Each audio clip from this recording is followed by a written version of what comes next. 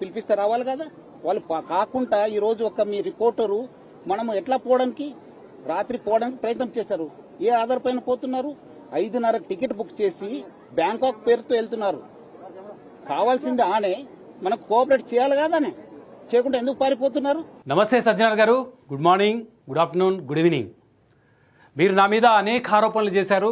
అప్పుడు మీకు ఆన్సర్ చేయడానికి నేను మీ పోలీస్ కస్టడీలో ఉన్నాను కాబట్టి సాధ్యం కాలేదు. ఇప్పుడు బయటకు వచ్చాను.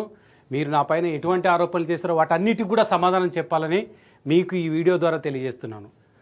గౌరవనీయుల హైదరాబాద్ పోలీస్ కమిషనర్ సజ్జనార్ గారు, నా పైన మీరు అనేక నిరాధారమైన ఆరోపణలు చేశారు.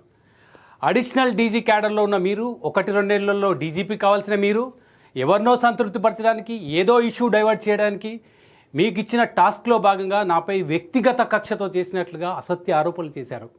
వాటికి వివరణ ఇచ్చే ప్రయత్నం చేస్తున్నాను సజ్జనార్ గారు. మీరు చాలా విజ్ఞానవంతులు, అరుదైన పోలీస్ అధికారి, పోలీస్ యంత్రాంగానికి వన్నె తెచ్చిన మత్సుతునక మీరు, వేలాది మందికి స్ఫూర్తి. మీరు కాకి హీరో. భారత రాజ్యాంగ పరిధిలో ఎన్కౌంటర్లు చేసి దేశవ్యాప్తంగా కోట్లాది మంది జనం మనసులను గెలుచుకున్నారు.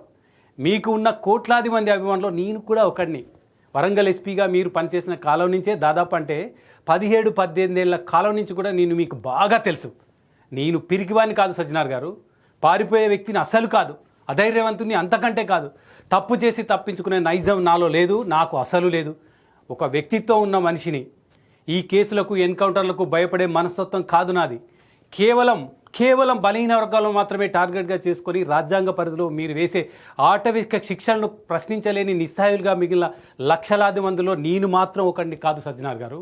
ఎన్టీవీపై మీరు మోపిన కేసుకు సంబంధించి దొంతు రమేష్ అనే నాకు మీరు అంటే మీ టీం నోటీస్ ఇచ్చారా?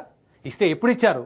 నోటీస్ వ్యక్తిగతంగా నాకు కానీ, నా ఆఫీస్లో కానీ, నా ఇంట్లో కానీ నోటీస్ ఇచ్చినట్టు రుజువు చూపించగలరా? కావాల్సింది నోటీస్ ఇస్తాను, రావాలి. కనీసం నాకు మౌఖికంగా సీసీఎస్ ఆఫీస్కి రమ్మని చెప్పారా? ఎఫ్ఐఆర్లో నా పేరుందా? సీఈఓకు నోటీస్ ఇవ్వడానికి మీ సీసీఎస్ టీం 2 సార్లు ఎన్టీవీ ఆఫీస్కి వచ్చినప్పుడు స్వయంగా నేనే దగ్గరుండి సీఈఓ దగ్గరికి తీసుకెళ్లి సీఈఓకు నోటీస్ ఇప్పించాను. నన్ను అరెస్ట్ చేసిన 13 మధ్యాహ్నం 12:30 గంటల ప్రాంతంలో సీసీఎస్ టీం రిసెప్షన్లో కూర్చుంటే వాళ్ళకు దగ్గరగా వెళ్ళి పలకరించి ఏం కావాలని అడిగాను. సీఈఓకు నోటీస్ ఇవ్వాలనంటే 3rd ఫ్లోర్కు తీసుకెళ్లి ఇప్పించాను.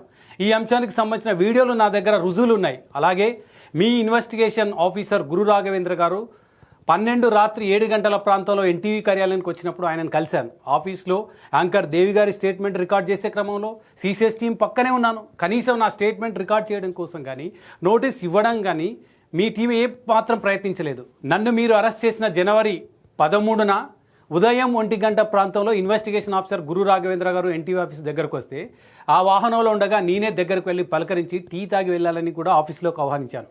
ఈ సందర్భంగా ఆ తర్వాత ఎప్పుడు సీసీఎస్ టీం కానీ, మీ ఇన్వెస్టిగేషన్ ఆఫీసర్ కానీ నాకు నోటీస్ ఇవ్వలేదు. సీసీఎస్ ఆఫీస్కి రావాలని చెప్పలేదు. అలాంటప్పుడు పారిపోతున్నట్లు ఎలా చెప్తారు? ఈ నెల 13 మధ్యాహ్నం 2 గంటల వరకు ఆఫీస్లోనే ఉన్నాను. 3 గంటల నుంచి 5 గంటల వరకు ప్రజాభవన్లో ఉన్నాను. ఆ తర్వాత సచివాలయానికి వచ్చాను.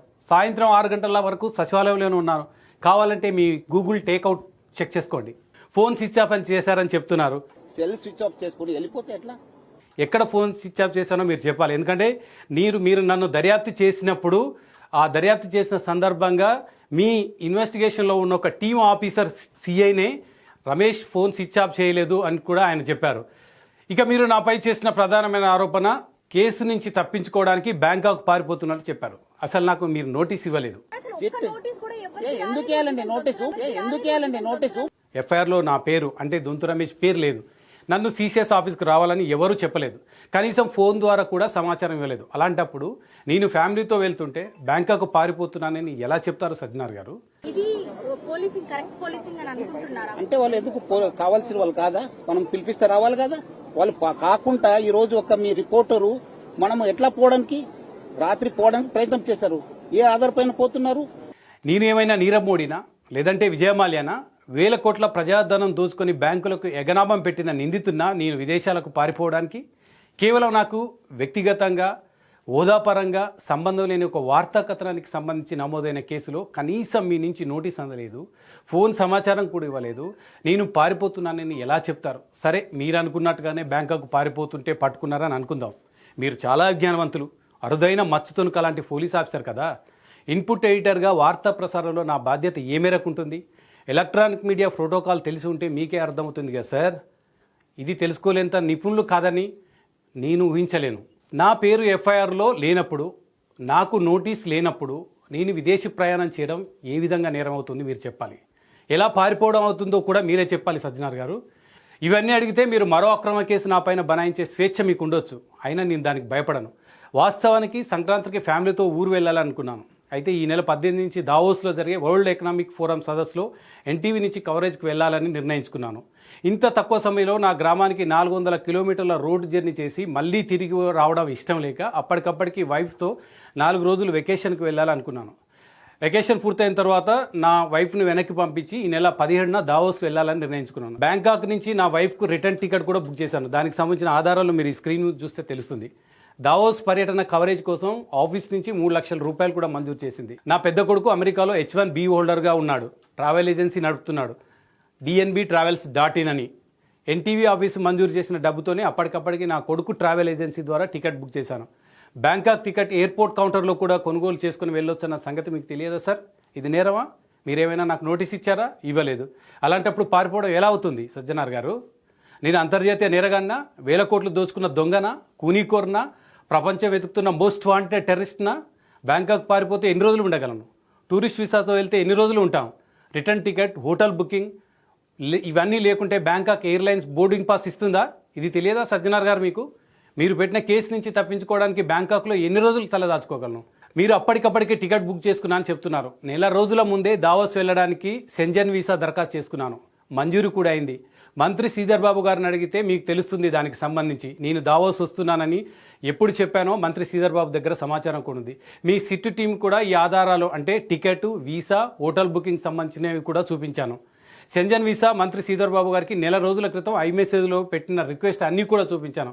ఇవన్నీ నిజాలు కాదా సజ్జనార్ గారు? ఇవన్నీ దాచారా? దాచి ఏది పడితే అది మాట్లాడతారా? నేను బలహీనుడు కాబట్టి ఏదంటే అది మీరు మీడియా ముందు మాట్లాడి నన్ను ఒక దొంగని చేస్తారా? పారిపోతున్న దొంగని. నేను విదేశాలకు పారిపోతుంటే పట్టుకున్నారని చెప్తున్నారు. మరి నా కొలీగ్ చారీని, సుధీర్ని ఎక్కడ పట్టుకున్నారు? ఇంట్లో ఉండగానే తలుపులు బద్దలు కొట్టి వాళ్ళకి ఎలాంటి నోటీస్ ఇవ్వకుండా అదుపులోకి తీసుకున్నారు కదా.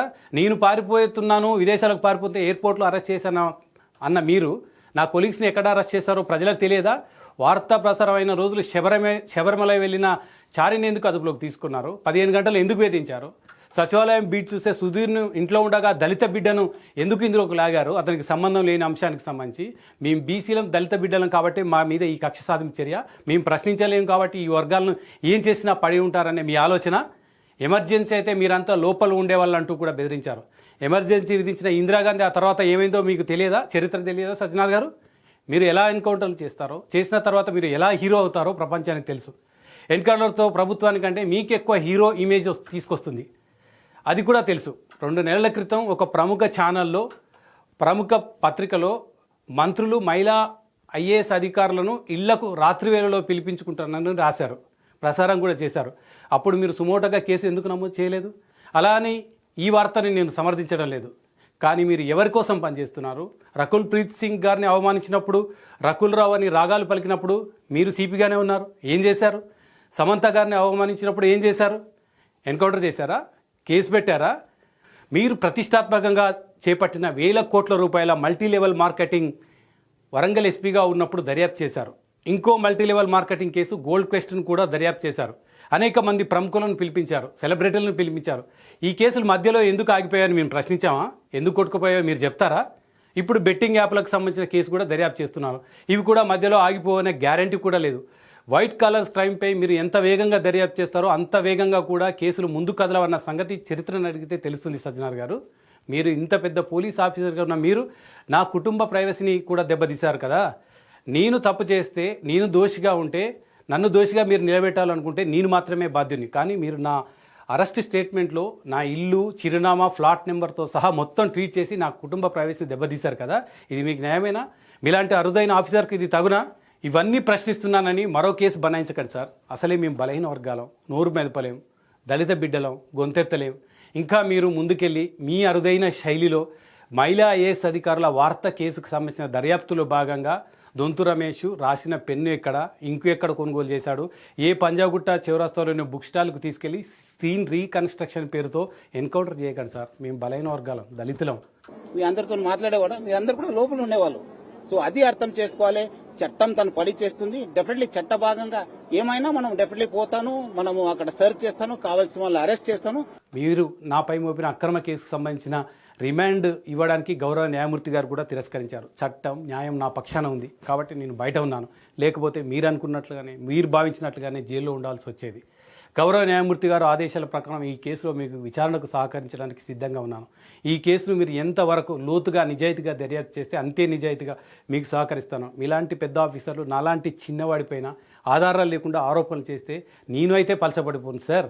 సజ్జనర్ గారు ఇది గుర్తుంచుకోండి. ఇది మీకు కౌంటర్ కాదు, వివరణ. ఎందుకంటే సోషల్ మీడియాలో విస్తృతంగా నేనేదో బ్యాంకాక్ పారిపోతున్నట్లు, అసలు దేశం విడిచి పారిపోతున్నట్టు, నా భార్యతో సహా వెళ్తున్నాను సార్. నేను ఎవరితో వెళ్ళడం లేదు. బ్యాంకాక్లో కూడా టూరిస్ట్ ప్లేస్లు ఉంటాయి. భార్యతో వెళ్తే కూడా బ్యాంకాక్ పోవడం తప్పు. అక్కడ మొత్తం బ్యాంకాక్లోనే స్థిరపడేంత ఆర్థిక స్తోమత కూడా నాకు లేదు అన్ని రోజులు ఉండడానికి. అయినా ఏ వీసా లేకుండా కేవలం టూరిస్ట్ వీసాతో బ్యాంకాక్లో ఎన్ని రోజులు ఉండగలను సార్? అయినా నేనేమైనా ఏ కేసు, మీరు పెట్టిన కేసుకు సంబంధించి ఏమైనా వేల కోట్ల రూపాయల స్కామ్ చేశానా, లేకపోతే హత్య చేశానా, ఇంకేదైనా చేశానా? ఎందుకు బ్యాంకాక్ పారిపోతున్నానని చెప్తారు?